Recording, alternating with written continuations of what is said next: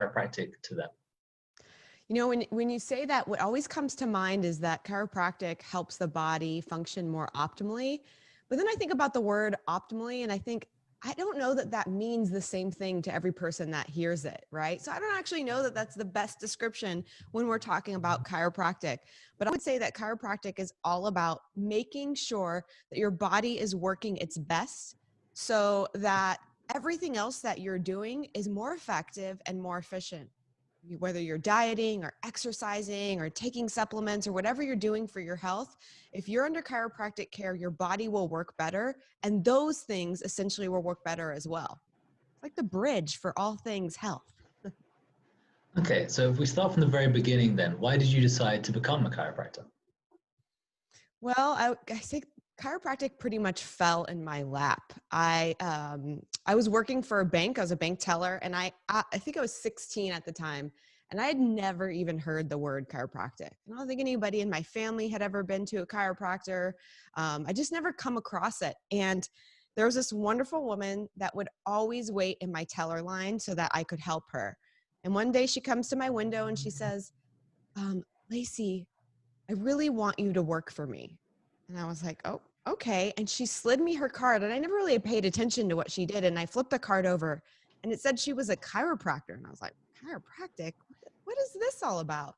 So I ended up going to her office to check it out. She invited me over, and I was 16, and she said something that changed my world, changed my life. She said, whatever you're getting paid at the bank, I'll pay you more. And I was like, I'm in. I don't know what chiropractic is, but I will work for you.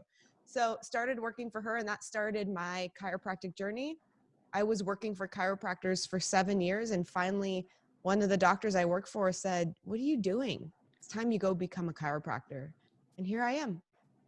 Okay, and then I know, of course, you went to Life West. Why did you decide to go into upper cervical instead of full spine or full body? So I had been under chiropractic care, obviously, for the 7 years that I'd been working for chiropractors. And I personally, my story was that I suffered with a lot of health conditions, like major issues, digestive problems. I was an insomniac for years. I mean, there was years when I only maximum slept 4 hours a night. And I was a major migraine sufferer. I had had a lot of head injuries. I broke my jaw, split my chin open twice. I went through hit a passenger windshield and cracked it with my head. I mean, you name it, I did it. And obviously, subsequent to that, it caused a lot of issues in my system and in my body. And the migraines were probably the worst thing to deal with. They were debilitating. I would get nauseous. I'd be in the dark. And chiropractic always helped me feel better. Like, it made me be able to wake up and get through my day. But what I was really searching for was real resolution. Like, I didn't want to just deal with this stuff. I wanted it to go away. And so when I went to chiropractic school, I had studied what the Gonstead technique is what they call it. And it was something that I was really passionate about and was diving into. And when I was working on that and looking into that, I ran across somebody that did upper cervical work. And he said one day, in my office, I expect a miracle every single day. I was like, what? That is the craziest thing I've ever heard. Like, how can you have this expectation that miraculous things will always happen in the body, and you're that confident about it? So I started looking into what he did, and he did upper cervical, knee chest, what we call upper cervical care. And I started going down that road, and I, of course, in order to investigate it, got myself under care. And because of getting under care there, on all my issues resolved. I have no more digestive issues. I haven't had a migraine in now, I guess it's been 10 years. No more sleep problems. No, I had thyroid issues. I mean, all of that, my body woke up under this type of care. And I felt like me again. And so I knew, because of the massive changes I experienced in myself, that this was the thing that I had to do, because I wanted to provide that for other people. Okay, and then, of course, I know you chose knee chest, something actually you've taught to me myself. Is there a reason you chose this particular path rather than, say, some of the other upper cervical paths? Well, I think again, it was something that's the kind of care that I was under. So that's what I experienced first. And me personally, I love the putting my hands on people. A lot of the other upper cervical techniques, some of them use, a stylus or use something else that's not their hands. I knew I wanted to do a hands-on technique. And when I studied it, it just made sense to me, the way that it worked, how we made the actual adjustment, the analysis. So all of the pieces fit for me. And that's what I really loved about the knee chest work, is it explained the philosophy of chiropractic, the science of chiropractic, and really the art of chiropractic. It taught all the core components, and it put them beautifully together in this really gorgeous, harmonious way that made me feel like I too could expect these miraculous things to happen to people that were suffering with chronic conditions. So I just knew I had to do it. So tell me a bit about what it was like in practice. How did you decide to open up in Dublin? So I actually ended up taking that office over. That was the first office in a franchise that my husband and I own, the Specific Chiropractic Centers. We currently have, I think, 16 offices nationwide that span from Hawaii to Boston, but that Dublin office was there first. And I was an associate there and ended up taking it over and purchasing it. And I was always in Dublin. It's Dublin, California, for those of you out there. Everybody says, "Oh, Dublin, Ireland. That must have been fun." But I'm from California, Northern California. I was close to home, so it made a lot of sense for me as well. And ended up taking it over and practicing full time in that office for, gosh, we just moved out here, so it was eight and a half years I practiced there. For any of the students watching, can you tell us a bit about what it was like in that first year in practice? I think that you always have this expectation because of the capacity of what chiropractic can do for other people, that people are just going to get it. Like, you just open your doors and, oh my gosh, look at all these people wanting to get under care. And the reality of it is it is a lot of hard work. It's a lot of grassroots efforts, and, making connections and building relationships and learning how to juggle the clinical management of the people in your office, and also the administrative side of things and the entrepreneurial side of things. And so it's a little bit of a roller coaster. But every day you get to wake up and see the changes happen in people's lives. And as long as you focus on that, all of those other things, are worth figuring out. And so again, it was a lot of work. But most importantly, this is a lot of fun.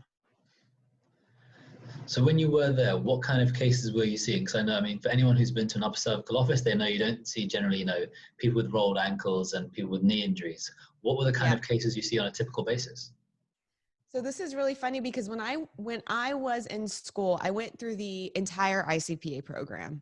So I thought for sure I was going to get out and I was going to have full-blown pediatric office, taking care of kids, pregnant mamas. I was totally in love with it. And it was funny, when I got into practice, I quickly found out that my story, like my underlying story and what I dealt with in my own health, somehow attracted very similar individuals to me. So I ended up taking care of a lot of individuals, mostly women, that suffered from really chronic conditions. Everything from I had people that had cancer, fibromyalgia, and of course migraine sufferers, long-term migraine sufferers, people with a lot of unexplainable chronic stuff, and that were on tons of medications. And so because I was taking care of individuals like that, you can't necessarily have a lot of kids running around when people are very chronically sick. So my practice morphed a lot in that first year, and I steered away from the pediatric side of things and really just took care of mostly chronic conditions in women, typically around the ages from 30 to 50. And they were in my office. I mean, that's who you would see in there every single day. Okay. And so what were some of the biggest challenges, either with these kind of cases or just being in practice in those first few years? I think the biggest challenge is always having patience. I say that chiropractic works every single time. It's the chiropractor that gets in the way, right? And so that I think that so often we get impatient. We want to see things happen quickly. We want people to experience change or symptom relief or things happening in their body. We want it to happen right away, as do they. And so the biggest challenge was having enough conviction to stay patient, to allow the body to do its thing, to work through that real resolution, to work through those neurologically embedded disease processes, to really figure out how to make the effort to return to normal. And if you don't have the patience and the conviction, oftentimes you intervene too soon. And that can cause the whole thing to spiral out of control. So that for sure, especially dealing with chronic people, I knew I had to exercise extremely conservative care, have lots of patience, and not pretend that I knew essentially what the body and innate intelligence was going to do in any moment. I had to kind of get over myself and my ego and my so-called educated mind and intellect, and really just stay in that understanding of what chiropractic was all about. And that, I tell you, Shaan, that is difficult, right? To make sure that you step back when necessary. When did you start to get into the teaching aspect with the art of the specific? So that didn't come till later in my career. One of the things for me was I never thought, I have so much reverence for chiropractic and what it can do and how it should be taught and how it needs to be delivered, that I never thought or believed that my skill set was developed enough, that my knowledge was developed enough to go out there and teach students. So I always kind of hung out in the background. I probably went through the Art of the Specific program, I mean, probably 6 or 7 times. I did also 2 other upper cervical programs that I went through and learned from. And I still didn't feel I was good enough. I've read almost every green book, every BJ Palmer pamphlet. I've studied the history of chiropractic. I've studied neurology. I love neurology. I'm a geek. And because of the reverence I have for it, I really had a hard time stepping out and teaching. And so Shaan, my husband, Shaan Dill, and what his best friend, Andy Roberts, were teaching the program for years. And when Andy Roberts passed away, I knew that it was something that it was my time to kind of step up and try and fill a little bit of a void that he left behind. And that's when I started teaching. And I would say that that was probably, was that 3 years ago? So I think I've been teaching for about 3 years. My timeline's a little warped, but I think it's just been about 3 years now. But once I got up there and started talking, I realized I knew way more than I gave myself credit for. So in this time then building up, I know you mentioned about, doing different seminars and of course teaching and being taught as well. Who are some of your mentors who had the biggest impact on you? I got to give my number one man, Dr. Shaan Dill, my husband, my biggest mentor. He taught me so much and still continues to teach me so much about chiropractic. He's probably one of the most passionate people I've met when it comes to chiropractic and the philosophy of chiropractic. And I was really lucky and blessed to early on have that influence. And so, there's a lot of chiropractors I know because I talk to them. I actually coach them. They're my individual coaching clients, one-on-one. And they tell me we learn nothing about the philosophy of chiropractic. So actually a lot of our coaching calls are talking about the capacity of chiropractic and what it can do, and innate intelligence and universal intelligence and the cycles. And so he really started that, like lit that fire in me very early on that allowed me to go down that journey of learning and falling in love with the philosophy. And then also Andy Roberts, I miss him every day. He was the one person that no matter what time of day it was, if I had a question about chiropractic, the art, the neurology, the philosophy, I could just go to him and I could message him and he would point me in the right direction. He wasn't always one to answer questions because he wanted you to find that stuff out yourself, but he would point me in the right direction so that I could start to dive in and learn. Okay, you mentioned about the coaching there. So say as a hypothetical, you were coaching with, say, a young doc, maybe someone who's just a new graduate. What kind of advice would you want to give them? This is actually what I do mostly. I coach a lot of people that are just coming out of school and they want to build like proper systems and infrastructure. So I love chiropractic more than anything. My second love is systems and processes. Like I'm a total geek behind the scenes. Like I like to create infrastructure so that businesses can grow and scale, right?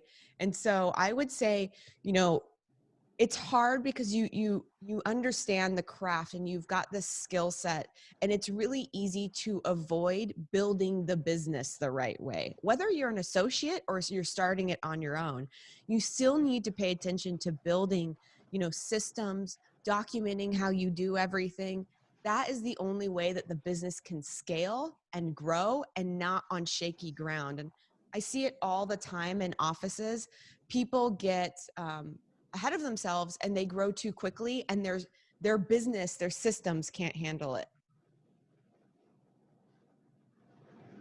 Okay, Sorry, so that's what my would you say? dog. That's okay. That's okay. Making a cameo. So what would be like the first step then? Say for somebody who maybe they haven't developed a practice yet, but they're trying to get into a practice, whether it's starting one or starting as an associate. What are the first steps that they should take? So first things first, I think if we're talking about just building the practice in general, I think that not a lot of people give enough attention about building long-lasting relationships with people in their community. And so a lot of times people want to do this, what's the word I'm looking for? Kind of like magic bullet type thing that they've seen work for other people to get new patients now. Now you absolutely need that because you need to fill that kind of gap, that wound, and you've got to start getting patients in right away. But don't make the mistake of not working on the long-term game.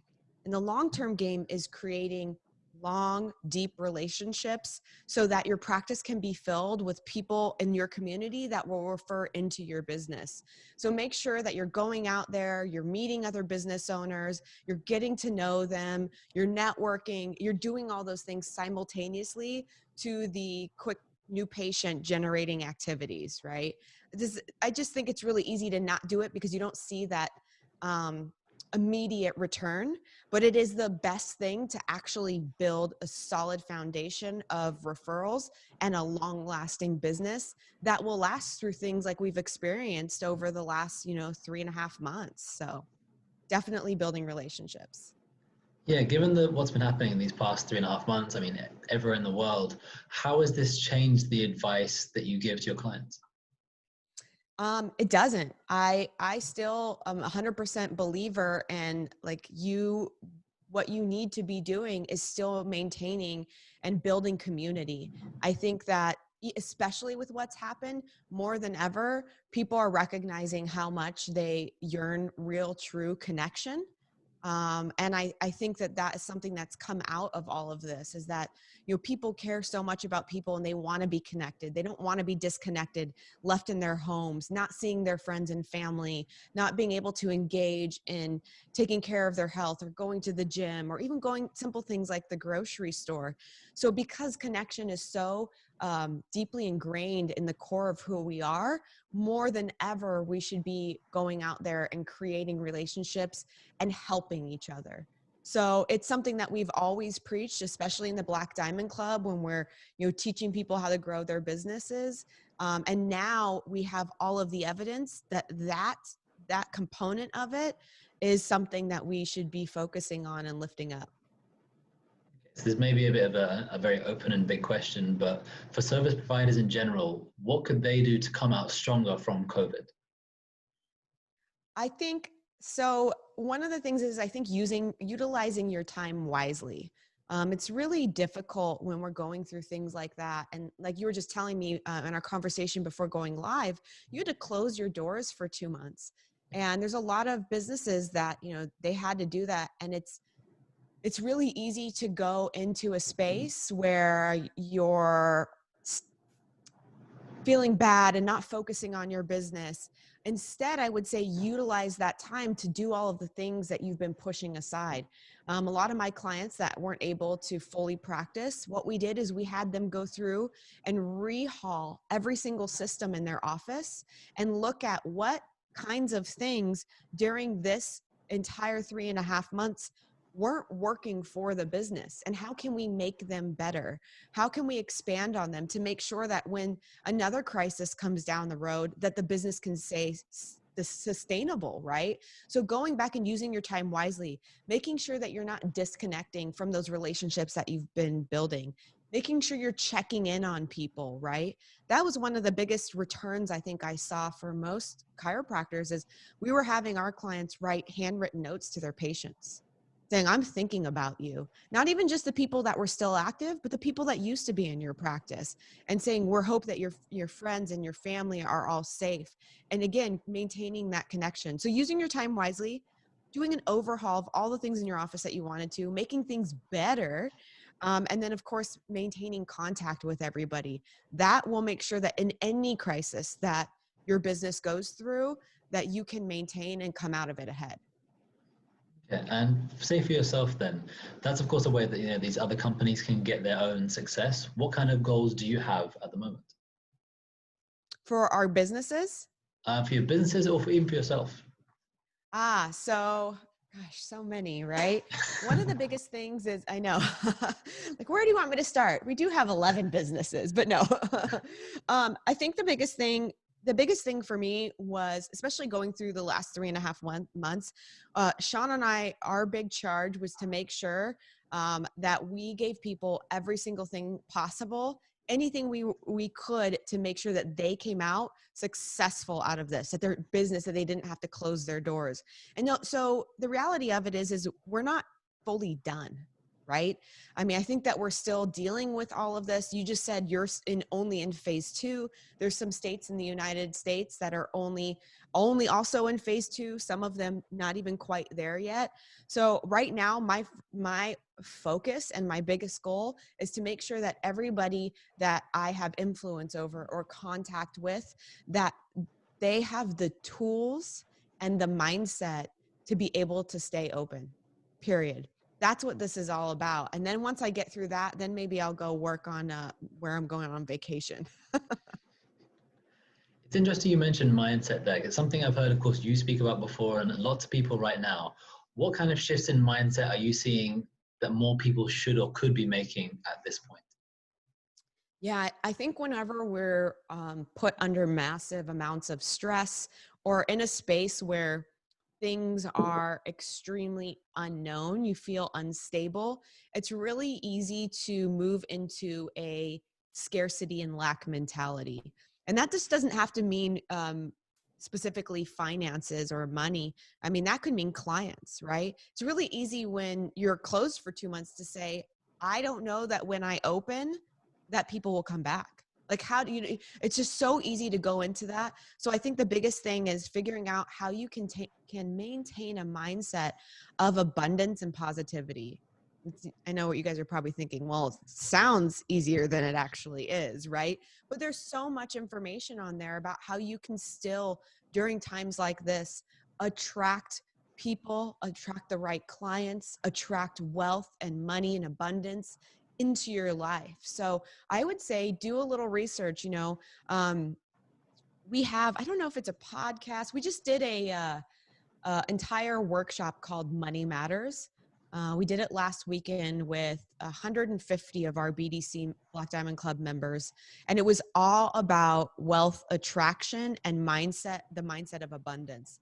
And I think, it's understanding how you get into that, and more importantly, what you need to do to get out of it, and making sure that you're doing it often enough so that the positive mindset can override the negative one.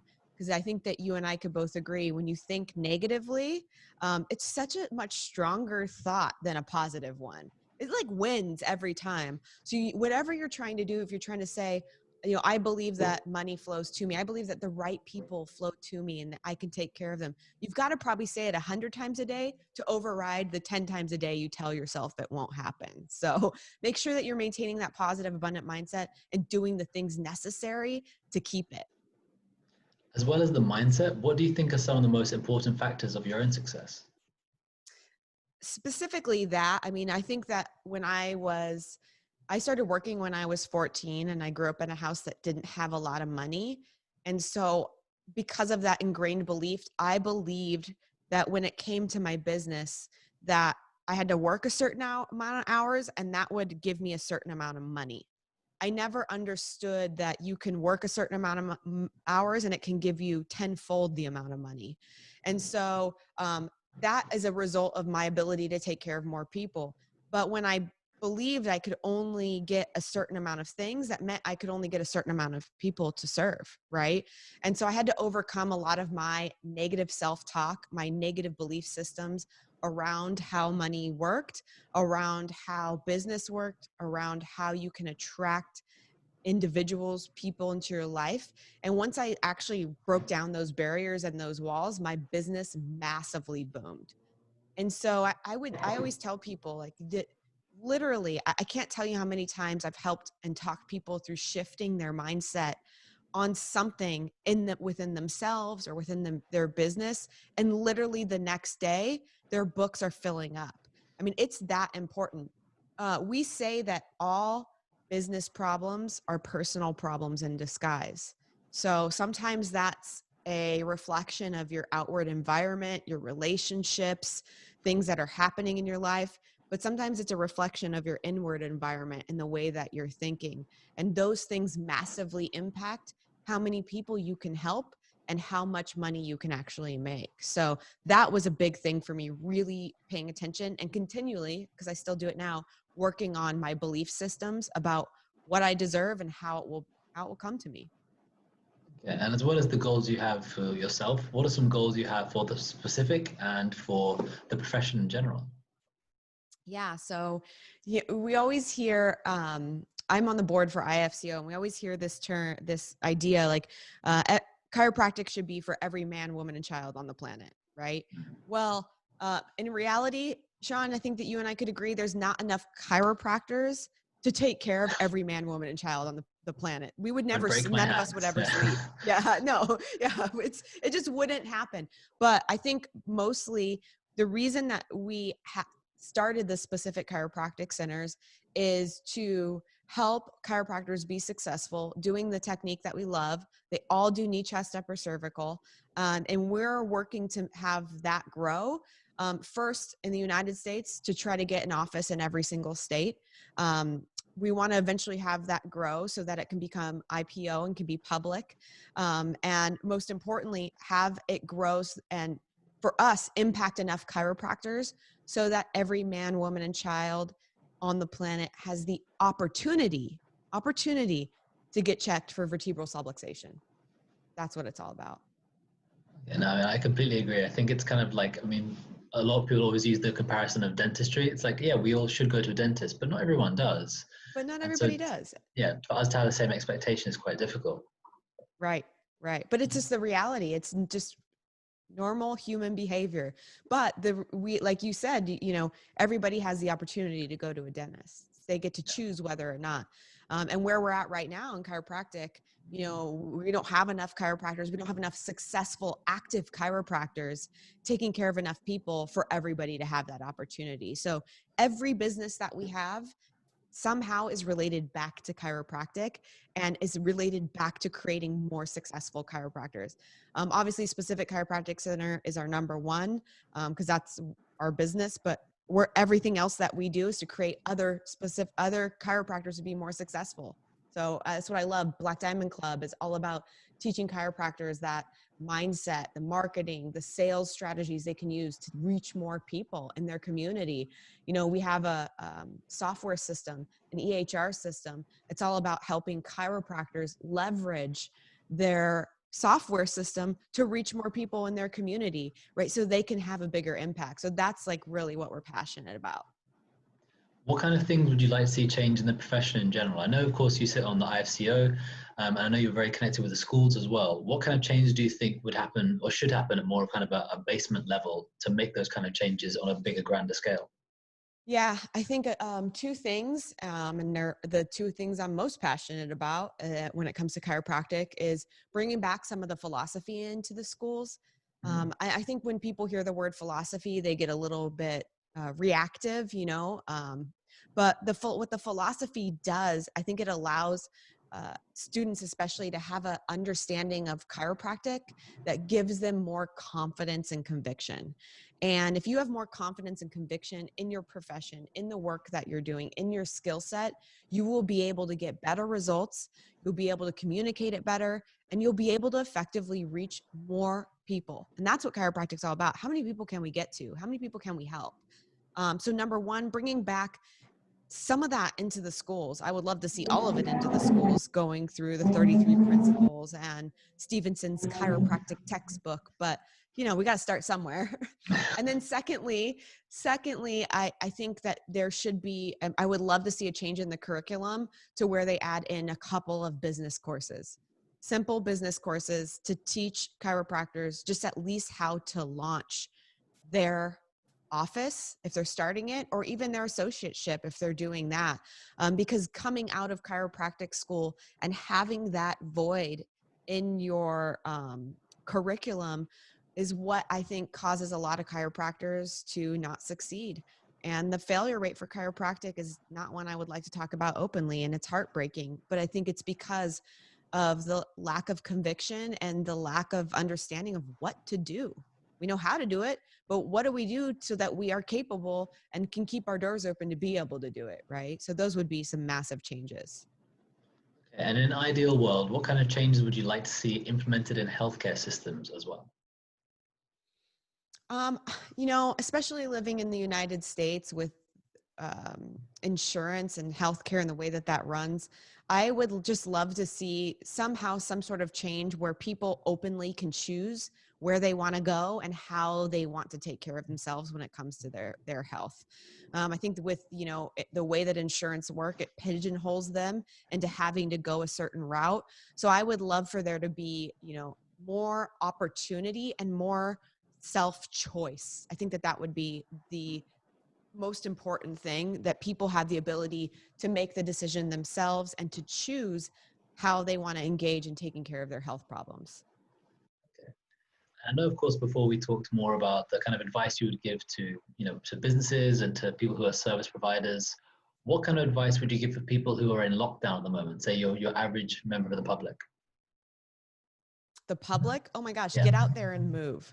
I think that I mean, you know, even myself, I noticed that when we're on lockdown, we don't have as much freedom to go to different places. It's really easy to just stay inside your house for like 3-4 days at a time. And it's all of a sudden you wake up and you go, how in the world did that happen? Like, and we know movement is such a big part of our life, getting out in the sun, getting fresh air, grounding yourself. I think that being locked in and actually being locked in can drive you insane. So like, just get out there, make a date with yourself, put it on your calendar that you're going to go outside and go for a walk and get some fresh air. I can't tell you how many people I have talked to that are like, I've watched every network or Netflix series there is. I've stayed inside. I haven't gone shopping, but getting outside, I think, would be the number one thing to do. It will change your mood. It will change your body. It will just help with all things. I think, yeah, one of the things that really came up here was that they started putting a lot more into mental health, because they realized in the middle of that lockdown, they were getting a lot more calls and a lot more distressing things going on. And it is a bit worrying of how it might go after this. When some people will get used to being inside, and then they may not Yes. want to come back out. That is a bit alarming at this point. Yeah, no, I mean, absolutely. Because especially if you're struggling with something or dealing with something, and then you go into isolation, it's easy Mm. now to ignore everything, right? And when we can ignore things, all of a sudden we become numb to them. I think you're right. And then that's why it's so important to get out and get around people if you are allowed, obviously. But I mean, at least get outside and get out of that isolated walls that you've built. So important. Okay, and before we go today, I know, of course, you've given and continue to give a lot of great advice to other people. However, if you could speak to yourself 5 years ago, what kind of advice would you want to give to yourself? Don't be so hard on yourself. My favorite motto that I say all the time is done is better than perfect. Done is better than perfect. And there's so many times I look back on my life, and because I was trying to achieve perfection in things, I didn't get a lot of things done. And I truly believe that it stalled my growth as an actual individual, physically, mentally, emotionally, spiritually, and then my growth as a business owner, my ability to be able to reach and serve more people. So don't be so hard. Don't try to strive for perfection. Just get things done. Don't overthink it. And I would say that to my little 5-year-old self and my 5 years ago self. So done is better than perfect. Just wake up and don't be so tough on you. Yeah, well, thank you so much for joining me today. And thank you for everyone who's watching this either live or on the replay. If you have any questions, Lacey will be tagged in this post, whether it's about Black Diamond Club or coaching as well. Please feel free to reach out to her if she's available. And if you have any Awesome. questions for me, please feel free to put them in the comments as well. Well, thank you so much. Thank you for coming on, and hopefully, as long as the outreach programs can open back up, I'd love to try and join in either Mexico or El Salvador if it's able to start again this year or next. Absolutely. We're still looking at it. So we love doing that outreach program and serving in those communities. So we will for sure let you know. We love having you. Thanks again.